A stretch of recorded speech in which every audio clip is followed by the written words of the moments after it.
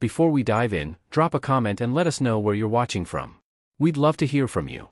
If you enjoy true crime stories like this, be sure to like the video, subscribe, turn on the notification bell, and share it with someone who'd love it too. The cold Siberian wind cuts like a knife through the barren landscape of Soleiletsk, Russia. Here, where temperatures plunge to -40 degrees and the sun barely rises in winter, stands a fortress that makes Alcatraz look like a vacation resort. Black Dolphin Prison. The name sounds almost poetic, almost gentle. But make no mistake, this is where humanity sends its absolute worst to disappear forever. The facility earned its name from a black dolphin sculpture that once stood near the entrance, a statue crafted by the inmates themselves. It's gone now, removed years ago, but the name stuck.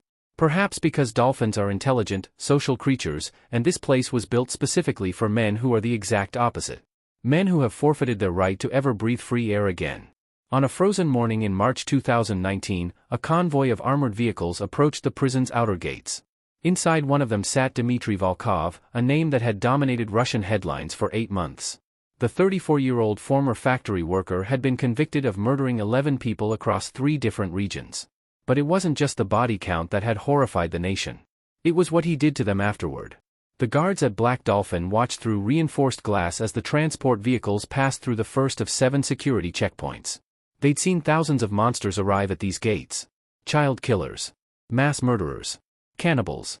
Men whose crimes were so depraved that Russia's already harsh penal system had no choice but to create a special place just for them. A place designed not for rehabilitation, but for permanent human storage. Black Dolphin houses approximately 700 inmates. Every single one of them is serving a life sentence. Every single one of them will die within these walls. There is no parole here. No early release. No hope. The Russian government has made that abundantly clear. These men have been judged irredeemable, and Black Dolphin is their tomb. As Volkov was processed through intake, guards forced him to walk bent at a 90-degree angle, hands cuffed behind his back. This is standard procedure at Black Dolphin. Inmates are never allowed to see where they're going. They shuffle through corridors like broken animals, eyes fixed on the floor, completely disoriented. It's psychological warfare, designed to strip away any remaining sense of autonomy or dignity. His cell was waiting. A 50-square-foot concrete box. No windows. A single steel bed frame bolted to the wall. A toilet. A sink. The walls were painted a sickly institutional green, the kind of color that seems designed to induce despair. This would be Dmitry Volkov's entire universe for the rest of his life. He would spend 22.5 hours per day inside this box. His 90-minute exercise period would be spent in a slightly larger box, a concrete cage barely big enough to take 10 steps in any direction. But here's what makes Black Dolphin truly unique, truly nightmarish. The prison operates on a policy of absolute sensory deprivation. Inmates are not allowed to communicate with each other. Ever. They cannot see each other. They eat alone. They exercise alone. They exist in complete isolation, every hour of every day, for decades on end. Many of them go insane within the first 5 years. Some of them beg for execution instead. The guards who work at Black Dolphin are chosen carefully. They undergo extensive psychological evaluations. Because it takes a certain type of person to spend their days managing men who have done the unthinkable. Men like Vladimir Nikolaev, who kidnapped and murdered 14 children. Men like Yuri Kamarov, who was convicted of cannibalism after police found human remains in his freezer, neatly labeled and dated like groceries. As Dmitry Volkov sat on his steel bed that first night, running his hands over the cold concrete walls, he probably didn't realize the full weight of his situation yet. The reality hadn't sunk in. That this was it. This was forever. No sunlight. No human contact. No future. Just this cell and the screaming silence that comes with absolute isolation. 3 cells down from Volkov was prisoner number 473. The guards called him the Wolf. He'd been at Black Dolphin for 19 years. Convicted of 17 murders. And despite all the security, all the isolation, all the precautions, the Wolf had managed something impossible. Something that shouldn't have been possible. He'd been communicating with the outside world. But when investigators finally discovered how he'd done it, and who he'd been communicating with, what they found changed everything. Colonel Viktor Petrov had worked at Black Dolphin for 12 years, longer than most guards could handle. He'd seen things that kept him awake at night, heard confessions that made his blood run cold. But nothing had prepared him for what happened on April 7, 2019, just 3 weeks after Dmitry Volkov's arrival. It started with a phone call to the prison administration. A woman named Anna Sokolov, calling from Moscow, 900 miles away. She wanted to report that her 15-year-old daughter, Elena, had been missing for 2 days. But here's what made Victor's stomach drop. Elena had left behind a notebook, hidden under her mattress. Inside were detailed letters, written in her handwriting, responding to someone who signed their messages as the Wolf. The letters contained information that no civilian should have known. Descriptions of Black Dolphin's interior layout. Guard rotation schedules. The names of specific inmates. And most disturbing of all, the letters weren't just informational. They were romantic. Elena, a teenage girl from Moscow, believed she was in love with prisoner 473. A man who had brutally murdered 17 people, including 2 teenage girls her age. Victor immediately ordered a cell search. What they found in the Wolf's cell seemed impossible. Behind a loose section of concrete near the floor, hidden so cleverly that it had evaded detection for years, was a small cavity. Inside it were dozens of tiny rolled-up papers, no bigger than cigarettes. Letters. Written in microscopic handwriting on scraps torn from toilet paper, book pages, anything the Wolf could get his hands on. But how was he getting them out? Black Dolphin's security was supposed to be impenetrable. Every inch of the facility was monitored. Guards searched cells randomly and thoroughly. Inmates had no contact with the outside world except for 2 closely supervised visits per year from immediate family only. Mail was forbidden. Phone calls were forbidden. The Wolf's own family had disowned him over a decade ago. He shouldn't have been able to contact anyone, let alone a teenage girl in Moscow. The answer came from an unlikely source. A guard named Alexei Morozov, 26 years old, hired just 8 months earlier. When investigators searched his apartment, they found 40,000 rubles in cash, roughly $500 American. Hidden in his closet was a burner phone containing text messages to an encrypted number. The messages were simple. Dates, times, cell numbers. The Wolf had somehow convinced, or paid, or manipulated this young guard into being his messenger. But it got worse. So much worse. As investigators dug deeper into the encrypted phone records, they discovered that Elena wasn't the Wolf's only contact. There were 3 other girls. 17-year-old Katya from St. Petersburg, 19-year-old Oksana from Ekaterinburg, and 21-year-old Irina from Novosibirsk. All of them had been communicating with the Wolf for months, some for over a year. All of them believed they had a special connection with him. All of them had sent him photos, personal information, details about their lives. And all of them were now missing. The investigation exploded across multiple police jurisdictions. How does a man locked in a concrete box, supposedly cut off from the world, orchestrate the disappearance of 4 young women across Russia?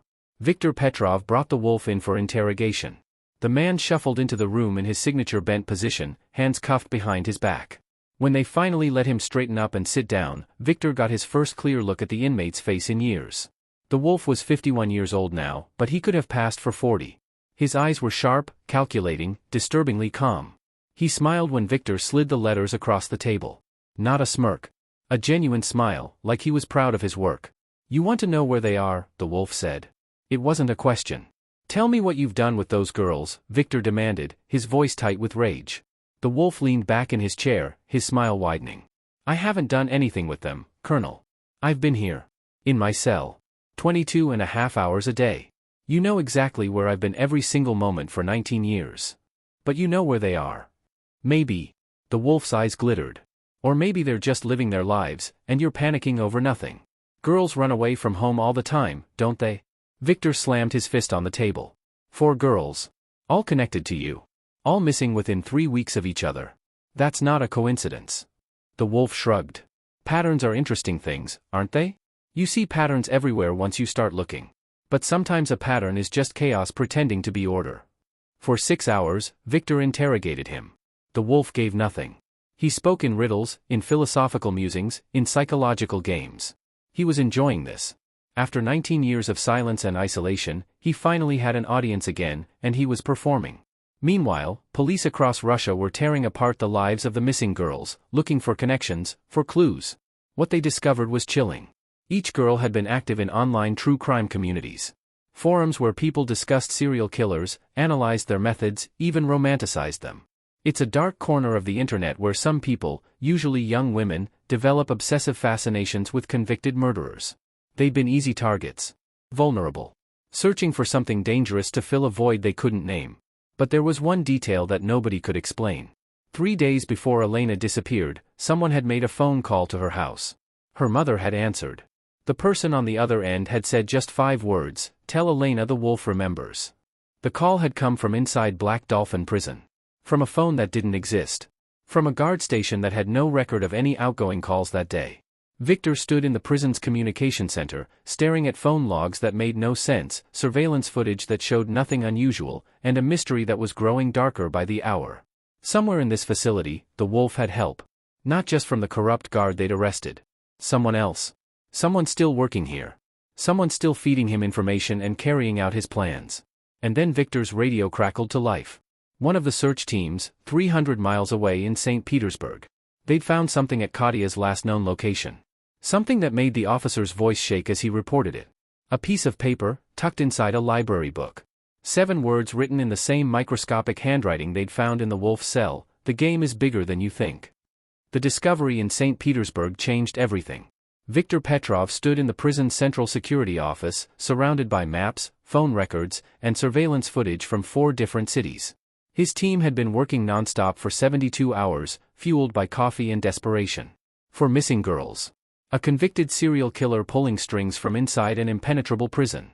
And somewhere, a traitor still walking Black Dolphin's corridors. The breakthrough came from an unexpected source. Dmitry Volkov, the newest inmate, requested to speak with Victor. When guards brought him to the interrogation room, Volkov looked different from his intake photo. Prison had already begun its work on him. His eyes were hollow, his face gaunt. 3 weeks of isolation at Black Dolphin could break a man faster than 3 years anywhere else. "I heard things," Volkov said, his voice barely above a whisper. "Through the ventilation shaft in my cell. Voices. Tapping. The wolf, he's been sending messages through the pipes. Morse code. I learned it in the military. He's been communicating with someone. Not just guards. Another prisoner." Victor felt ice flood his veins. "Which prisoner?" "Cell 87. The surgeon." "The surgeon." Real name, Dr. Mikhail Volkov, no relation to Dmitry despite the shared last name. A former medical examiner who had murdered 6 of his patients and harvested their organs for black market sale before getting caught. He'd been at Black Dolphin for 7 years. Quiet. Compliant. Model prisoner by Black Dolphin standards, which wasn't saying much. Within an hour, guards had torn apart both cells. In the surgeon's cell, hidden inside a hollowed-out section of his steel bed frame, they found it. A smartphone. Impossibly thin, barely larger than a credit card, with a battery that could last weeks. It had been smuggled in piece by piece over months, maybe years. Assembled with the precision of a man who once performed delicate surgical procedures. The phone's contents were devastating. Encrypted messages to multiple contacts outside the prison. Detailed plans. Locations. Photographs of the missing girls, taken recently. They were alive. All 4 of them. But they weren't in Russia anymore. They were in Kazakhstan, being held in a compound near the border. And they were about to be sold to a human trafficking network that specialized in moving women into Central Asia and beyond. The wolf hadn't kidnapped them himself. He'd orchestrated something far more sophisticated. He'd groomed them online, gained their trust, convinced them to run away to meet someone, a representative who promised them a chance to visit the wolf, to help him, to be part of his story. The girls had gone willingly, right into the hands of traffickers who'd paid the wolf's outside contacts a substantial fee for the delivery. Victor's hands shook as he read the messages. The wolf had turned his own imprisonment into a business. Using corrupt guards, coded messages, and the dark romance of his own infamy, he'd created a pipeline. Young, vulnerable women with twisted fascinations became commodities. The surgeon had been his partner, his communications director, using medical knowledge to stay healthy and alert enough to manage the technical aspects. And the corrupt guard they'd arrested? He was just the beginning. 3 more guards were taken into custody that night. Black Dolphin's supposedly impenetrable security had been compromised from the inside, turned into a criminal headquarters by men who had nothing left to lose and everything to gain. Russian authorities coordinated with Kazakh police for a raid on the compound. 24 hours later, all 4 girls were recovered.